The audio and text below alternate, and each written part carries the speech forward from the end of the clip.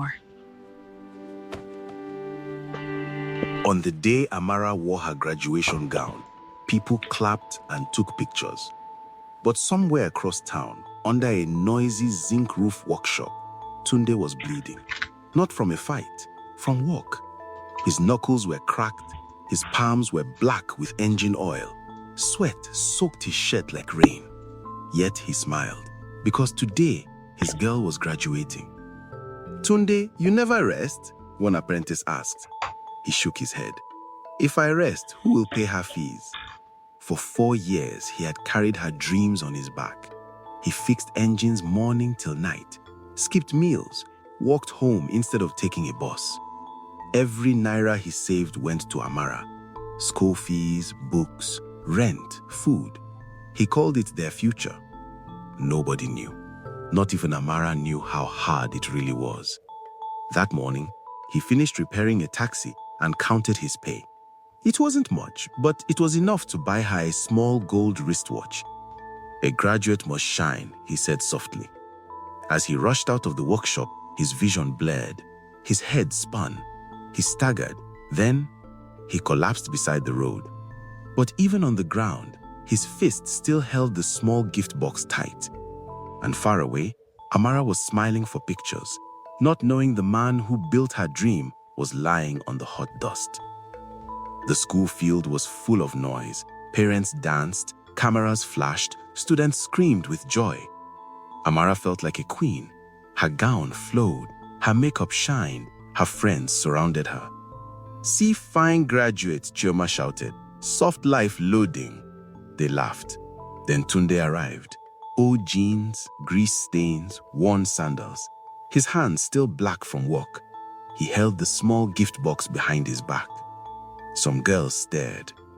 "Who be this mechanic?" one whispered. Chioma smirked. "Amara, this your boyfriend?" Amara felt heat crawl up her neck. Suddenly, she felt ashamed. Ashamed of the man who paid everything. Ashamed of the man who suffered for her. "Tunde," she said quietly, "why didn't you dress well?" "I came straight from work. I didn't want to miss your day." Her friends giggled. Mechanic boyfriend, grease boy, low life. The word stabbed her pride. Before she could think, she spoke. "Tunde, this relationship, it can't work anymore." He blinked. "What?" "I've outgrown this life. I want bigger things." The gift box slipped from his hand. The watch fell into the sand. She didn't pick it. She didn't look back. A flashy car stopped. She entered. The door slammed. Tunde stood there, watching the only person he ever loved drive away. And something inside his chest quietly broke. Amara moved fast. New clothes, new wigs, new friends, new lifestyle. Chioma introduced her to clubs, rooftop parties, and rich men who sprayed money like water. "Forget that mechanic. You deserve soft life." One night, they met Mr. Cole. Big man, perfume strong, gold chain heavy, car shining like mirror. He bought drinks for everyone. His eyes never left Amara. "You are too fine to suffer," he told her. He paid her rent, bought her a new phone, sent money without asking. Everything felt easy. Too easy. She blocked Tunde's number, deleted his pictures, erased him like chalk on board. Meanwhile, somewhere across town, Tunde returned to the workshop, quieter, harder, colder. He didn't talk much anymore. He just worked. Engines, trucks, generators, day and night. Pain turned into fuel. If love failed, he muttered, success will not. Then one afternoon, a rich customer watched him fix a car in minutes. "You are talented," the man said. "Come work at my company." Tunde froze. A bigger garage, better pay, a real chance. For the first time since the breakup, hope knocked, and he didn't know that the same night, Amara was stepping into a life that would soon swallow her whole. Life became sweet for Amara. Too sweet. Mr. Cole took her to fancy restaurants. He flew her to Abuja, bought her gold shoes, expensive bags, everything she once dreamed of. She posted pictures online, Soft life only, she captioned. People envied her. She laughed louder now, talked louder, walked like she owned the world. Whenever Tunde's memory tried to enter her mind, she pushed it away. I suffered before, she told herself. Now it's my turn to enjoy. But slowly, things changed. Mr. Cole stopped calling every day. Sometimes he disappeared for nights. When she asked questions, he frowned. Don't stress me, he snapped. His smile became rare. His temper became sharp. One evening, she waited at his house for hours. Phone off, messages unread. Then close to midnight, she heard a car horn outside. She rushed to the window. Mr. Cole stepped out, laughing, holding another woman's waist. Amara's heart dropped. Her hands began to shake. The illusion cracked, and she realized maybe the soft life wasn't hers alone, but something worse was still coming. The next days felt strange. Mr. Cole became distant, cold, like she was a burden. He stopped giving her money, stopped picking calls. Whenever she complained, he shouted, "Do you know how many girls want this position?" Position? Not love? Her chest tightened. One afternoon, she visited him without telling him. The gateman hesitated. "Madam, Ogasie make nobody enter." She forced her way inside. Then she heard voices from his room, a woman laughing, Mr. Cole's voice soft and romantic, the same words he once told her, "You are special, only you." Her legs went weak. So she wasn't special, she was replaceable, just another trophy. When he saw her, his face changed. "What are you doing here?" he barked. "I thought you loved me." He laughed. "Loved?" The sound cut deep. "Please don't disturb my peace," he said. "If you want drama, pack your things." Her world shook. The man she left everything for was ready to throw her away like trash. That night, she cried until her eyes swelled. But the real disaster had not even started, because the next morning, he sent a message that froze her blood. "Move out today." Everything collapsed in one day. Her rent, unpaid. Her job, gone. Her bank account, almost empty. Mr. Cole changed the locks, blocked her everywhere. Chioma stopped answering calls too. Soft life friends vanished like smoke. She carried her bag under the hot sun. No place to go, no money for hotel. The same city that once smiled at her now looked wicked. She remembered Tunde, his small room, his kindness, his steady love. Tears burned her face. "Why did I leave him?" she whispered. That evening, heavy rain fell. Cars splashed muddy water. People ran for shelter. But Amara stood alone under the rain, cold, hungry, shivering.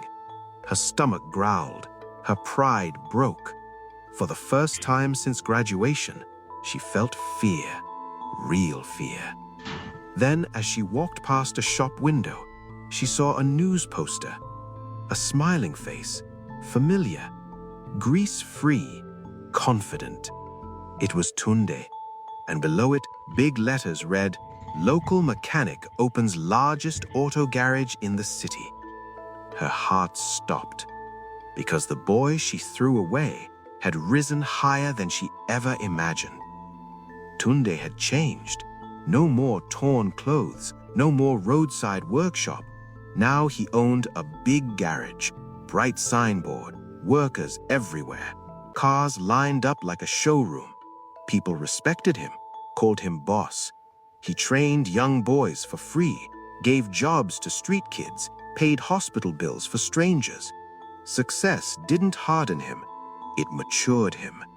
Every day he worked calmly, quiet strength, no noise, no pride. But inside his drawer, he still kept one thing, that small broken wristwatch, the one she never collected. Not because he still hoped, but because it reminded him never beg anyone to stay. That afternoon, a customer asked, "Boss, you never marry?" Tunde smiled faintly. "God's time," he said. Just then, someone stood at the gate. Wet hair, old clothes, thin face, eyes full of regret. He squinted. His heart skipped. It was Amara, after all these years. Standing there like a stranger. And suddenly, the past came rushing back. Amara couldn't believe her eyes. The small mechanic she once mocked now owned everything. Cars worth millions, uniformed staff, customers greeting him with respect. Her throat tightened. Shame burned her skin. She remembered how she called him not enough. Now she wasn't even enough for herself. She tried to step forward, but fear held her legs. What would she say? Sorry? Thank you? Help me? Her pride had died long ago. All that remained was regret. Finally, she walked in slowly. Workers stared. She felt small, very small. She reached his office door, knocked gently. "Come in," his deep voice said. Her heart pounded. She opened the door. Their eyes met. Years of memories passed between them. Neither spoke for seconds. The air felt heavy. Then she whispered, "Tunde, please, can we talk?" He stared at her quietly. No anger, no smile, just calm. Too calm. And that silence scared her more than anything. They sat opposite each other, like strangers. She couldn't look at him. "I'm sorry," she started crying. "I was stupid. I forgot everything you did for me." He said nothing. "I suffered. I lost everything. Please, I just want my life back." Still silence. Then he spoke softly. "Which life?" She froze. "The life where I skipped meals so you could eat?" Tears flowed. "The life where I paid your fees with bleeding hands?" Her chest hurt. "Or the life where you dumped me like dirt?" Each word stabbed gently, not loud, but deep. "I've changed," she sobbed. He nodded slowly. "I changed too." He stood up, walked to the window.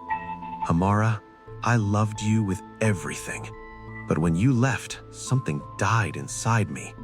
She shook. "I buried that love so I could survive." Her voice trembled. "Can we start again?"